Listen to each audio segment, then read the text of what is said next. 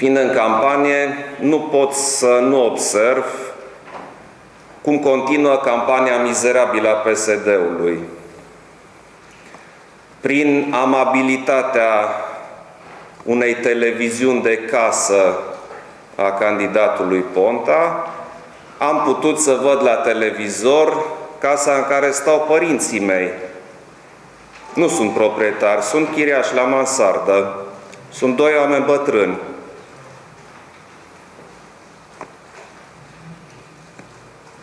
În acest fel, domnule Ponta, nu se face campanie electorală.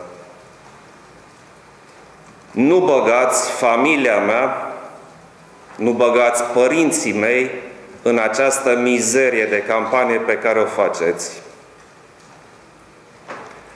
Și, domnule Ponta, dacă nu v-a spus nimeni până acum, vă spun eu, hărțuirea unui oponent politic a fost o metodă a securității și este o metodă a poliților politice private.